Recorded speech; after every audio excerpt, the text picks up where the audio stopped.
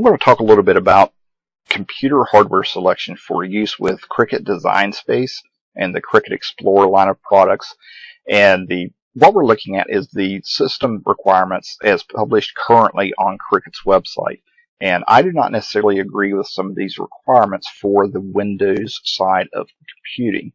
So Windows 7 and Windows 8 is fine. That's current. That's fine. If you're using Windows XP or Windows Vista, you need to leave it in the past to get upgraded. I really don't even want to address that. Windows Vista was one of the worst operating systems ever put out. If it was put out today, I would still not recommend it. It was, something that was so unstable and poor performing that, quite honestly, I would not pee on it if it was on fire. Windows XP, I at least admire you because it's stable and you're trying to hang on to the past, but let it go. It's 13 years old, and let's get upgraded to a new computer. Now, when it comes to the hardware side of things, the issue is they list a Pentium 4 2.33 gigahertz or faster computer, and the problem with that is that everyone looks at this 2.33 gigahertz speed and they think that's the thing they need to look for. You can't do that. You have to look at this whole statement. This is a Pentium 4 2.33 gigahertz, which is about a 15-year-old processor. So in theory, most processors that are newer than this in the last 15 years should work, but they don't. There are many processors you can't even install Windows 8 on it because it doesn't meet certain hardware requirements. And if you did install one of these operating systems on an old processor like that, it would be incredibly slow and it may function, but it's not really going to work well. And there's a difference between functioning and booting and actually working well. So with the minimum RAM requirements, 4 gigabytes is fine. I recommend probably 6 or 8 gigabytes if you can find a laptop that meets the specifications with that. That's the easy one. Your RAM, you're usually buying 4, 6, or 8 gigabytes today for memory. So that's the easy specification. This thing right here, the processor, that's the tough one. That's the one the manufacturers make it really hard on by making the water really muddy on what you are getting when you buy a laptop or a desktop computer. So we'll take a look at that, and I'll give you some recommendations on how to narrow down what you should be looking for. So the first thing most people look at is price. If I can get a good laptop or desktop for $300-400 and it's current, it has Windows 8, it's got to be good, right? Well, that's not true because there's been such a flooding of the market with low-powered processors and other parts in the systems that they keep the cost down by making them slow and taking advantage of the consumers, in my opinion. So if you were to go look at Apple's website today, the lowest price, you look at a MacBook, it says starts at $12.99. We're not even in the same ballpark with these prices of laptops, not even the bigger, nicer units that appear to be listed here that are, they're $500. You're talking $1,300 to start with.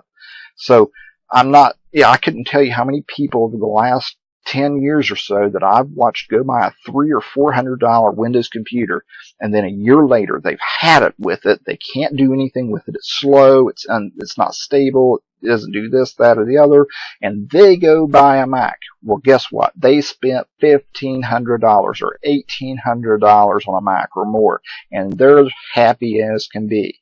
Macs are Macs, and they're great, and they're stable, and I can't say a whole lot about them. I don't use them personally. I have always been a Microsoft guy. I've been certified in Microsoft for almost 20 years, so that's where I kept my teeth at, and that's what I use. But when you go buy a $1,500 computer or an $1,800 computer, you're getting an $1,800 computer. You're not getting a $300 computer, and it's going to run a lot better. And I'll show you examples of that in just a moment, and by comparing some of the pricing. So when we look at the laptops that are for sale at somewhere like Walmart or a Best Buy, they do a pretty good job of listing the processor, the RAM, the screen size, all those things. And we really have to take a look at some of these things and understand what they mean. Because when you look at some of these processors, let me find one here. Here's a good example. $300, $299 for an Acer 15-inch laptop. It has 4 gigabytes of memory, a 1 terabyte hard drive, and has this big monster quad-core AMD processor, right? Well, that's pretty misleading compared to what we were used to a few years ago when we looked at quad-core processors. It really meant something. Today it doesn't really mean anything. So what they've done is they've started to use what are called APUs instead of CPUs. And an APU has some pieces integrated with the CPU to help operate the graphics capability and the graphics processing. So they get it together and they call it I think it's called Advanced Processing Unit. And it's supposed to be more efficient, allows the CPU and the GPU to talk to each other easier and things like that. But what it also does is it cuts down, it's more efficient, so it uses less power, and usually all of those things equal less power to, as far as performance as well. So we'll do some comparisons, and I'll show you how you can figure out when we're looking at a new computer what you're really getting. So this website has CPU benchmarks. The benchmark is basically a test that shows how fast it runs and it gives it a score. Okay, so when you buy a processor, this page has pretty much every processor that's out there that's been tested, and it tells you the model, the brand. The one you generally want to look at is the CPU mark column, and it usually tells you if it's a laptop or a desktop over here on the right, and it tells you when it was tested as well. So I'll give you a couple of examples. So if we look at a Pentium 4 and we try to find a 2.33 gigahertz, there's not one listed, but there is a 2.4 gigahertz, and you see the CPU benchmark is 233. So we'll come over here to Excel and we will keep track of our benchmark scores and do some comparisons and see where we stand. Someone earlier today told me they had an E1 2100 when they were experiencing some Shockwave flash errors. So I asked them to tell me what was their processor and their memory in their computer. It was a 4 gigabyte Toshiba laptop, I believe. And so it was probably less than a year old, maybe 2 years at the most. And actually the test date here shows July of 2013, so at the most about a year and a half. So the CPU mark is 617. Another common one some folks told me about in the last few days that they had was an E2 1800 APU in their laptop. And that one is 837. So now I'm going to tell you what's in my computers and what I have. I actually have a laptop that's 5 years old that has an i5 processor, and it is a 540M 2.53 gigahertz. It's this one, and it is a 2,512 on the score. As you can see, the computer I'm using now is an i3 2130. Its CPU mark is 4060. Let's go look at some of the ratings on the laptops we have for sale at Walmart. I've seen a lot of people post online asking about this $199 laptop, which is a Celeron N2840 processor. Now let's look at a few of the others. Here's an AMD A8 6410 for $526. And let's look at this Acer quad-core we mentioned earlier, this E2 6110 processor.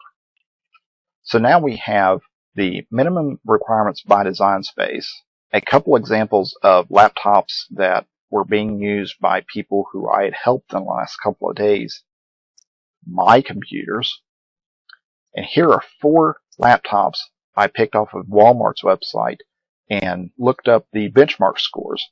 And if you'll notice, the benchmark scores are distinctly aligned with the price, which seems to bring back the old adage that you get what you pay for. Now remember earlier I mentioned that a MacBook starts at $12.99 for a new one, and they go up from there. So let's go over to Tiger Direct and look at laptops in that price range, and let's compare the performance and see how it ranks. So I'll select the $1,000 to $1,499 price range. And right off the bat, we get one at the top that is $12.99, the same price as the lowest priced new MacBook. So it has an Intel Core i7 4720HQ processor. So let's take a little bit closer look. So for $12.99, you get a 1 terabyte hard drive plus a 256 gigabyte solid state drive, which is going to make it lightning fast, 16 gigabytes of RAM, a 2.6 gigahertz quad core processor. So let's look up this 4720 processor and see how it scores. 8,227 compared to the others. So hopefully that starts to clear up some of the questions you might have about how to select hardware for a new computer or a laptop for use with Design Space, or really just everyday computer use, because unless you're doing basic email and web, you have to buy more than a $200 or $300 laptop. It just doesn't pay to go cheap when it comes to buying a computer.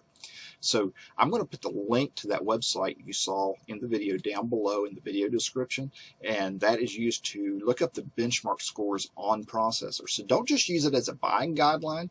Go look and see what processor you have now in your computer. It's in Control Panel and System. Right in the middle of the screen, it'll say Processor and Memory, and get an idea of what you have now, and that way you can have something to go on and gauge what you're looking at as well. Buy as much as you can. Buy as much of a computer as you can afford. When I used to meet with business prospects, and a lot of times they would say, very first thing in the conversation, they would say, how much do you charge? How much is your software? How much is your hardware? And I would look at them and I would say, look, if we're going to have to talk price right out of the gate, I have to leave, and you're not a good customer for me, and I'm not a good vendor for you, because we have to talk about what you need first, and then try to find something that meets the budget to accomplish the goals that you want to accomplish. So, and never one time did a prospect ask me to leave after that, even though it kind of sounds like I'm coming across rude, and you wouldn't expect a vendor to say that to a prospect, but it worked, and they understood when you put it in those terms. Now, you might have seen some of those processors I was talking about earlier, those E1 and E2 processors that were 6 and 8 times faster than the minimum requirements by Design Space. Forget about that minimum requirement. It doesn't mean anything because you're not comparing apples to apples. So the last couple of things I want to leave you with is a lot of retail computers come with junk software, loaded down with junk, and it consumes a lot of the power. So what happens is, if you buy one that just meets the requirements, you know, I'm recommending a benchmark score at a minimum of 2,500 to 3,000. Not to buy one there, but try to buy as much as you can. Make that the minimum. Go for a 4,000 or 5,000, 6,000 benchmark score if you can. But what happens if you buy one that's, let's say it's 2,500, and the vendor has a ton of software already on it, loading it down, using up a lot of that processing power already, it's kind of like buying a pickup truck and then getting it home and finding out the dealer has loaded the bed down with junk that you can't take out of it. So your hauling capacity has been minimized, and you don't get to do as much as you would like with it. And it's the same thing with a computer. If you buy one that has all that junk software loaded on it, if you buy one that's $200 or $300, $400, you're probably making a mistake, and you're not going to be happy with it. I couldn't tell you how many people have spent $300 on a Windows machine, wasn't happy, and then found out they were happy when they spent $1,500 on a Mac. So if you don't want to learn Mac and you want to stick with Windows, do your research, take a few minutes and look and see what you have now. Look at the ones online and look at the benchmark scores and get an idea of where you want to be. If you're interested in my support services or consulting services, please visit my website at www.troyyoung.com for most current pricing information. Additionally, you can go to patreon.com/troyyoung to help support my channel. Hopefully my video has been helpful to you. If it has been, please subscribe to my channel, and by all means, please share my videos.